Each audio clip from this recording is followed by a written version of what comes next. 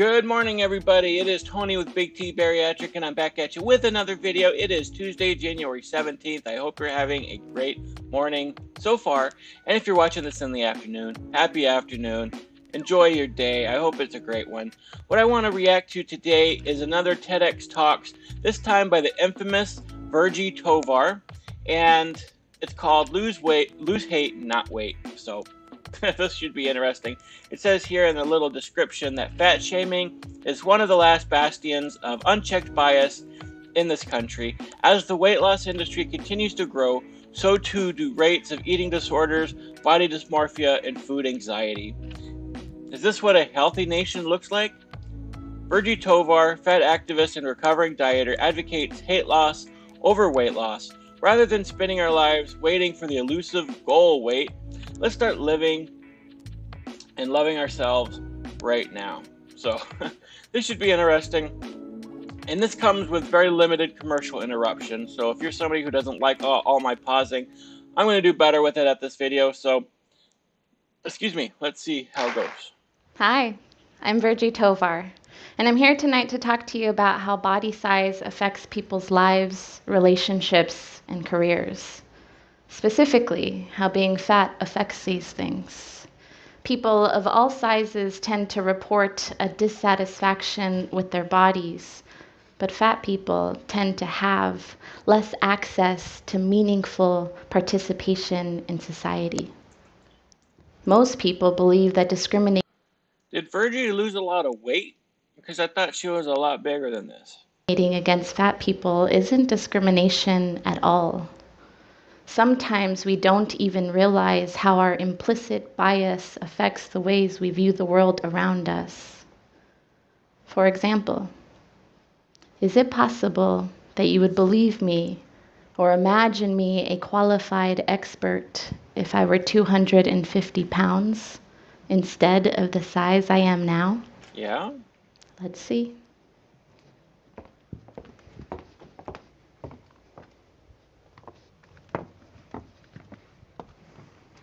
Hi, I'm Virgie Tovar. She pulled a fast one. I have to say that was a genius introduction. To her point.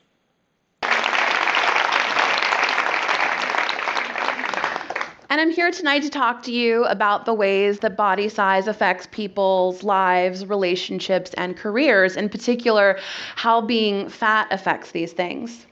People of all sizes tend to report dissatisfaction with their bodies, but fat people actually have less access to meaningful participation in society. Most people believe that discrimination against fat people isn't discrimination at all. Sometimes it's difficult to see how implicit bias shapes the way we see the world around us. For example, is it possible that you are less likely to believe me or imagine me as a trained professional or an expert? No, not necessarily. There are plenty of overweight people who went to college, became experts at things. I'm overweight doing this channel, talking about my weight loss experiences, and many of you are listening to what I have to say and are inspired by my journey. So I don't think weight is anything that keeps you from being considered a qualified expert at something. But that'd be different if I walked into my doctor's office and you were 500 pounds and you were trying to tell me I need to lose weight. I don't know that I'd listen to you as a doctor because you're kind of a hypocrite there. But you know, it just depends on what your career is, what you're an expert in, and things like that. So Now that you know that I'm the real Virgie Tovar. While you think about that, I want to tell you a story. I want you to imagine me at 4 years old. My favorite part of the day was when we got home from running errands or from preschool. I would push open the front door with both small hands and I would take off running through the living room, through the hallway, past my bedroom, past the washer dryer that made funny sounds that I liked, and into the bathroom. I would take off all my clothes, wiggling out of my pants, nearly ripping my way out of my t-shirt like it was an inconvenient membrane. that's not a mental image that I wanted this early in the morning. I would leave my clothes in a pile on the floor and I would take off back towards the kitchen where my grandmother was always cooking. When I reached the end of the hallway where the calico cat-colored rug turned into the linoleum of the hallway, rather of the dining room, I would stop. I would spread out my arms and legs as far as I could, and I would jiggle. My thighs and belly, That is definitely not a mental image that I wanted this early in the morning. Where's my coffee? cheeks would wobble, my entire body would undulate like the water in the bathtub or like at the community pool that I love so much in the summer.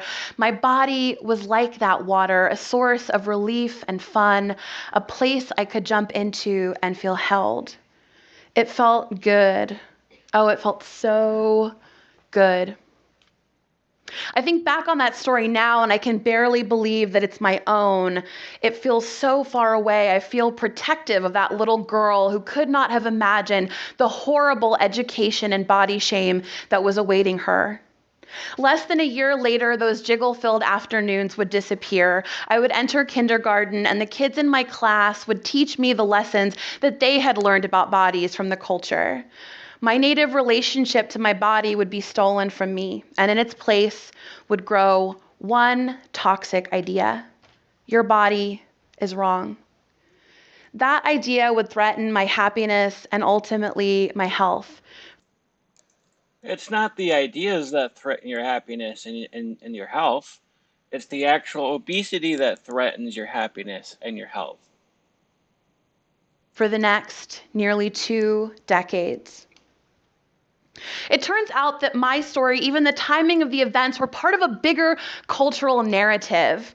Researchers have found that very young US children show an understanding that fatness should be avoided at pretty much any cost. In fact, they asked a group of 5-year-olds if they would rather lose an arm or be fat, and they chose losing an arm. I was not unlike those 5-year-olds. I too believed that I should do anything in my power to change my body because I'd been taught that people like me were ugly and inferior.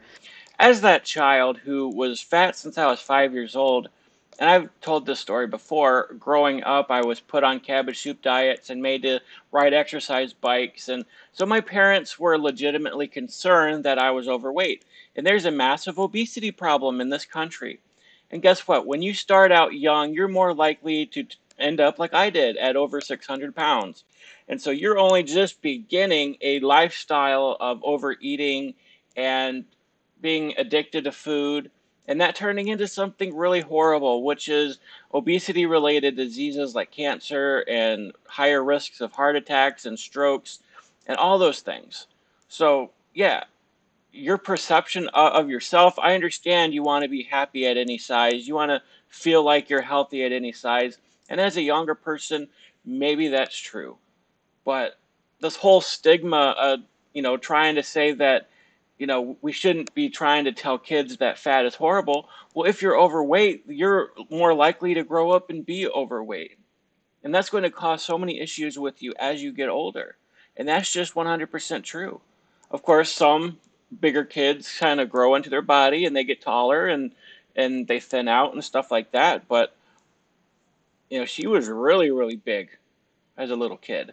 So, and she's really big as an adult now. And, we should really be teaching kids about health. We really should. We should be trying to end childhood obesity because it's very, very dangerous. Kids are getting sicker and dying by the time they hit their 20s and 30s now because they've been overweight their whole lives.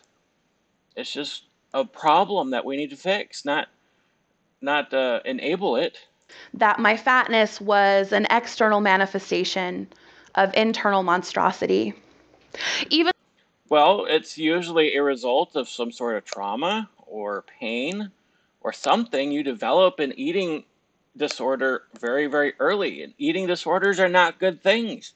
They need to be treated, they need to be worked on. You need counseling, you need help overcoming it. Even though I hated dieting, I did it for nearly 20 years because I believed I had to lose weight if I wanted love, success, visibility, and freedom.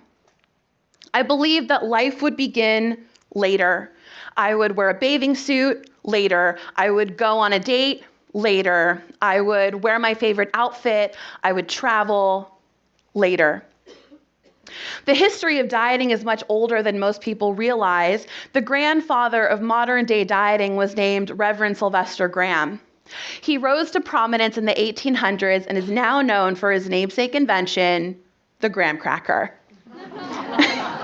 Graham believed that delicious, well-spiced foods led to lasciviousness, and that low-flavor, low-fat foods led to purity of mind and body.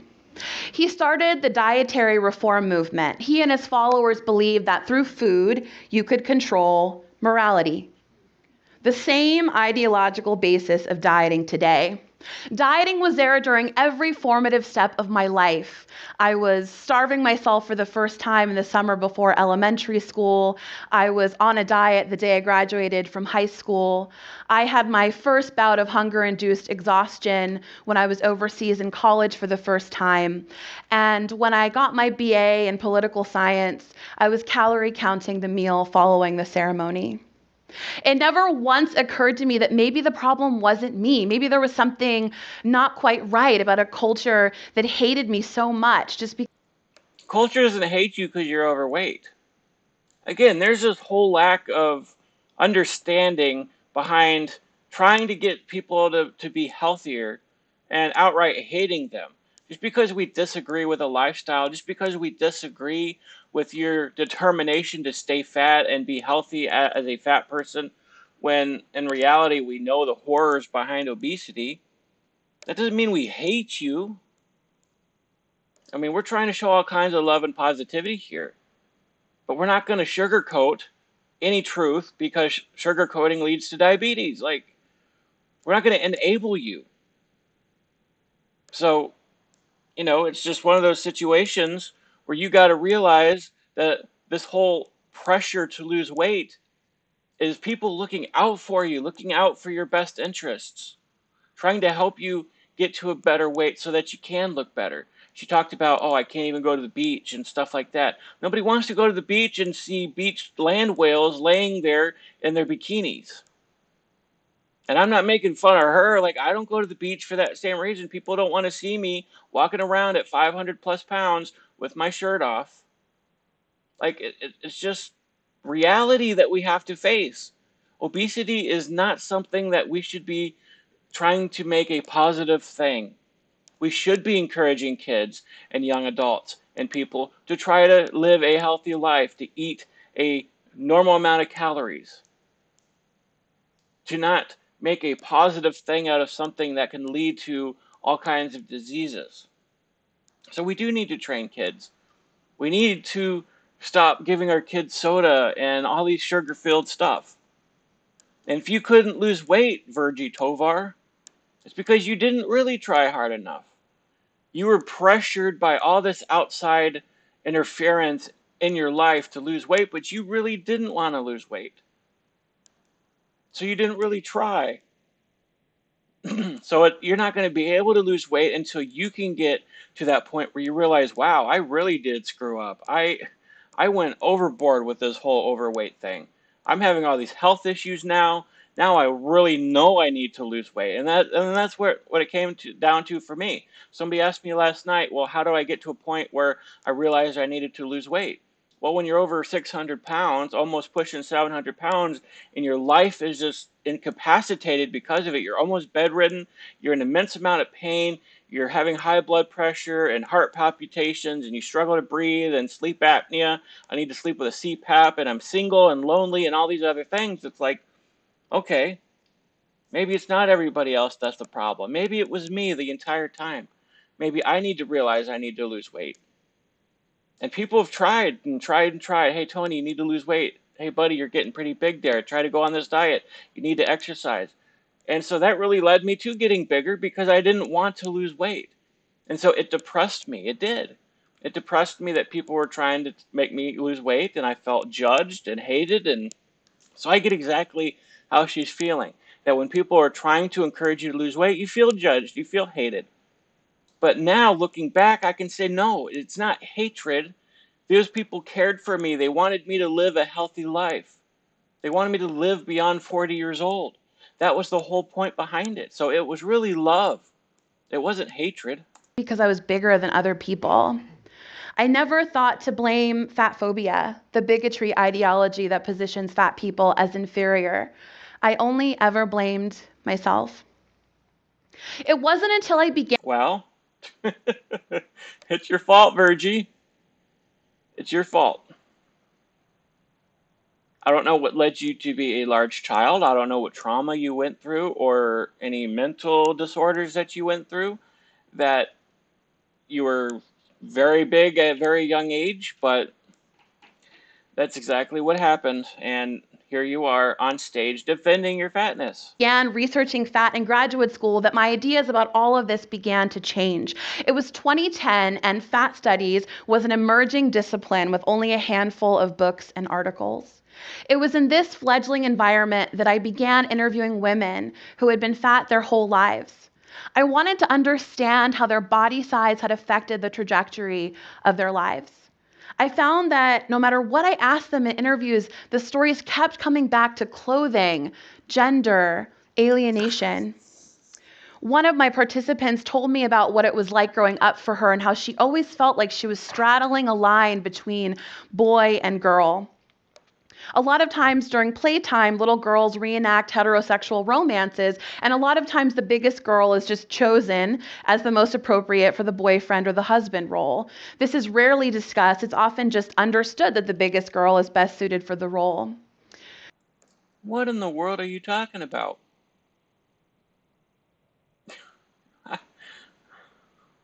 The biggest girl is always chosen for the boyfriend role? Really? Did you go to an all-girl school or something and there was no boys around? A number of my participants talked about never being able to find clothing in the girls' department, their department, and still others talked about how little boys in their school when they grew up treated them more roughly than they did their smaller girlfriends. That wasn't true for me, but yeah, I grew out of the children's clothing at Walmart, that section, very, very early, and I was in the big men's section by the time I was in high school. I found that these experiences led to gender confusion. And often in adulthood, men... I've never been confused that I was a man. I mean, I could just kind of look down here and... How does being overweight make you confused about your gender? It might have something to do with the higher testosterone or higher amounts of estrogen. Like, I don't know exactly what it is, but there are different hormones released in your body from being overweight. I mean, fat is an irritant. It is inflammation. So it does mess with your hormones. How you eat. If you eat like trash, messes with your hormones. You feel like crap. So I guess I can understand how mentally those hormones might interfere with your growth process as you're growing older. But I've never, me personally, been confused about my gender just because I was bigger. Even though the girls didn't like me, even though I did play some roughhouse with my friends, like everybody was roughhousing. I remember when I was growing up in school, we all pretended to be Power Rangers. And I was the blue one. No, I was the White Ranger. I liked the White Ranger until he kissed the Pink Ranger, Kimberly. She was my crush, okay? Tommy needed to stay far away from her. Like, we all played Power Rangers and we were all gender appropriate. The girls played the Pink and the Yellow Ranger and whatever. There was no gender confusion based upon size. Many of my participants had much more sophisticated gender stories, and they felt that they had to perform gender more aggressively and more creatively than their smaller counterparts. I began to realize that the way that I had been taught to think of fat, the way that I'd been taught to see my own body, was not inevitable. It wasn't even universal. It was cultural. In no other example did this become more clear than when I began reading the work of anthropologists who did ethnographies in regions of the contemporary world where women go to extreme lengths to become as fat as possible. Because where they... Is that something you want to aspire to? You want to change culture that we force women to be as fat as possible? Because then maybe there might be more representatives of fat women in media or wherever you want there to be more fat women. Fat women as CEOs, fat women as astronauts, like we talked about in the last TED Talks video. Like, is that what you're trying to aspire to? Live, fat rolls and stretch marks are the height of feminine beauty. Sometimes women even die from consuming weight-gaining medications designed for animals. That's sad, but I'm sure more women die from obesity-related diseases than that. I realize that no matter what the standard, fat or thin, women will go to extraordinary lengths to fulfill whatever their culture standard of beauty happens to be if they don't feel like they have a viable alternative. But here's the thing about that. That's their choice. If you want to fit with whatever beauty standards are, you can do that. That's your decision that you want to do that. If you want to be fat, like Virgie here, you can be fat and overweight. But yeah, there's going to be social stigmas. There's going to be some people who don't accept you as you are. But growing up in high school, there was all kinds of different women, all kinds of different people. There were emos, and there were the pretty athletic girls, and the cheerleaders, and those who played sports, and there were all kinds of different girls. They were all loved and accepted by their friends and their peers, and they all had boyfriends and girlfriends and whatever. It's like you can be part of whatever club you want to be a part of. You don't have to do everything that's socially acceptable. I don't. I'm not someone who's considered as woke. I don't flow with whatever society says. I have my own strong views, my Christian views and stuff like that. Like, I don't care what other people think. I believe what I perceive to be the truth, but I consider myself a student as well. I'm always constantly learning and growing, but I'm not trying to lose weight to fit in with what society wants. I've realized after all these years what being big has done to my health, and I want to be married. I want to have kids. I want to have a career. I want to do some great things in my life, which I couldn't do when I was obese. So yeah, there's a definite connection between obesity and being sad and depressed and miserable with your life. In the midst of all this, I was going deeper and deeper down the rabbit hole as a scholar and as a person, and someone asked me if I'd ever heard of a conference specifically designed for fat people. Well, I hadn't, but I looked it up online, registered, and a few weeks later, I was on the BART, taking a bus to Oakland, California, where the conference was being held. I dragged my sad little navy blue suitcase, a broke grad student, through the parking lot of the hotel, and I entered the breezeway. And about halfway through, I could smell chlorine. I could hear splashing. And as I exited the breezeway, I saw something that I'd never seen before. Something I had been told did not exist. All around the pool were gorgeous fat women in amazing bathing suits. They were laughing and chatting. They were swimming and napping. They were just living without any discernible trace of the shame I'd always seen on women like them, women like us. And then something even more magical happened. From the edge of this tableau came a redhead. Big arms, big belly, big thighs. She was wearing a red vintage cut bathing suit covered in white polka dots and dramatic cat eye sunglasses. She did not walk, she sauntered. And trailing behind her was a boy carrying a parasol over her head so she wouldn't burn. Some might call this a come to Jesus moment. When I saw her, I saw the potential for Don't bring Jesus into this. My own shame-free future. In 2014, not long after that poolside moment, I started a campaign called Lose Hate, Not Weight. I wanted to tell people that it was not weight that needed to be shed, but rather the ideology that we aren't perfect no matter what our size. Nobody says you're not perfect, whatever your size. But to claim that weight is not a dangerous thing to you is an absolute lie. Like, you're one of those people trying to change society so that you feel better about yourself as a big person. I began to solicit submissions from women. I wanted to understand women who had declared peace in their relationship on their body, women who had stopped trying to control their weight. One of the first stories I got was from a woman named Abby. Abby started to have excruciating uterine cramps in her 20s, and she tried to ignore it, but ended up at the hospital, and her doctor took one look at her, saw a fat person, and rather than examine her, told her that she simply needed to lose weight and the pain would go away. Well, that's reality, right?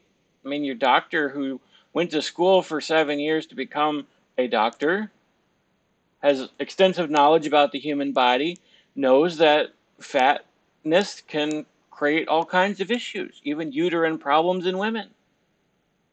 And a lot of people who are overweight cannot receive treatment because they are overweight. It's very difficult to just sort of fix a certain problem within your body when you got so much fat around it. I know I've tried to get x-rays of my lower back because I had so much lower back pain, but the x-rays couldn't see my lower back because of all this fat that's around my abdomen. So what are they going to do? How are they going to be able to prove whether or not I have disc degeneration or whatever? Like, I've been trying to prove that I have something going on in my back or in my knees for a long time. But of course, every time I go to the doctor, they say you need to lose weight. Well, yeah, that's an obvious observation because my size is causing back pain. My size is causing knee pain. There's nothing that anybody can do in the medical profession to fix those things until I lose the weight. Obesity causes so many diseases and illnesses. And there's nothing you can do until you become a healthier person and live a healthier lifestyle. So yeah, you can end up just not being able to be treated for something serious. There's nothing they can do. I've been told that if you ever had a problem with your kidneys or something like that and you needed a kidney transplant, there'd be absolutely nothing that they can do for you because of your size. Nothing. You would just die in agony on the hospital bed because you're so big that it'd be even more risky to do the transplant. You are likely to die. That's just the reality of it. You can't ignore reality to fit your feelings. Even though Abby sensed that there was something more serious happening inside, she didn't feel empowered to speak back to the doctor. So she left, and she didn't return to another doctor for 3 years. And during those 3 years, a tumor grew inside of her, unmonitored and undetected. She spent most of her 20s in treatment for cancer, and she told me that the language that she heard about cancer, that it was an invasive alien force that had taken over her body, reminded her of the way that people had talked about her fatness. And through making peace with cancer, she was able to make peace with her body. Abby is now in remission. One of my favorite stories. Well, that's good that she's in remission, but why did she just stop seeing the doctor? Like, why couldn't she have said, okay, maybe I do have something wrong with me that's weight related. Maybe it's not weight related, but maybe treatments would have worked better if she did decide, okay, I need to diet. I need to lose this weight so that I can receive the medical care that I need. Instead of disappearing for 3 years and then allowing whatever pain to develop into cancer, maybe it was the beginning stages of cancer. Maybe it was something that could have been treated if she had lost the weight. Again, there are so many things that doctors cannot do for you if you're overweight. And so being obese is just the number one cause of all these sorts of problems. Heart problems and brain problems and hormone issues, and it causes cancer because it's all this inflammation on your body. So yeah, fatness can be an invasive alien species taking over your body. Stories came from a woman named Erin. Erin was in a terrible car accident when she was in college. A truck came over the dividing line, hit her head on, and totaled her car. She had to be removed with the jaws of life and helicoptered to the nearest hospital. Even though nearly every inch of her body was covered in lacerations and bruises, her internal organs were perfectly intact. Her doctor told her that if she hadn't been carrying a little extra weight, she would have definitely died. She said to me, "It's pretty hard to hate your body after something like that." Really? That's the justification for being overweight? You might get into an accident, so a little bit of padding up front will save you. Really? How about getting so big that I couldn't even wear a seatbelt for 4 years?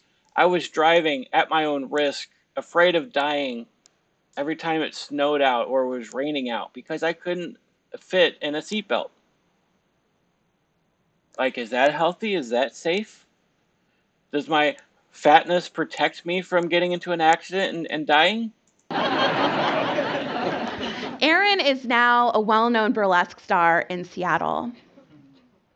I want to leave you with one last story.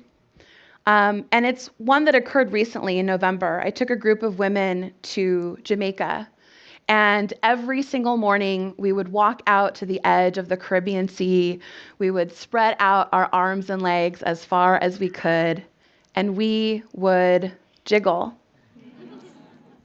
The experience released something inside of us, the remembrance of freedom, the remembrance and the connection to ourselves as magical, the idea that our bodies are these incredible vehicles that take us through the most meaningful parts of our lives.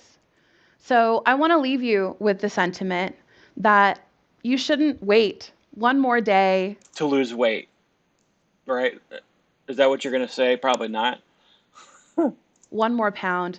The next time that you look in the mirror and you have the impulse to judge the body you see, or you look at another person and have the impulse to judge their body, remember that childlike sense of wonder. After all, you have nothing to lose but your shame. Thank you. Oh, man. She's delusional. If you want to be happy being overweight, okay, live that lifestyle. I'm warning you, you're going to want to change later. You're going to get to a point where you are miserable being overweight. But you can be happy in whatever size that you want to be. Okay, indulge in your fatness, indulge in your eating disorder, whatever. But you're not going to change society. There are societal consequences to obesity. There are physical consequences to obesity. I say this every video almost. You're not going to escape those. You can't change society to accepting fatness, because fatness will always be seen as a negative because of the consequences of it. You're less likely to find a job if you're obese. You're less likely to get a raise or a promotion if you're obese. Like, there are so many consequences for it. And there should be. There really should be. We should do more to lift up people who are overweight by giving them the help that they need to overcome their traumas and their addictions. Like, we need the mental health aspect of it. It's a lot more than telling people that they need a salad. I've been told that before. Hey, just eat a salad, fat boy. And I've said it before in other videos. Like, I've been told that.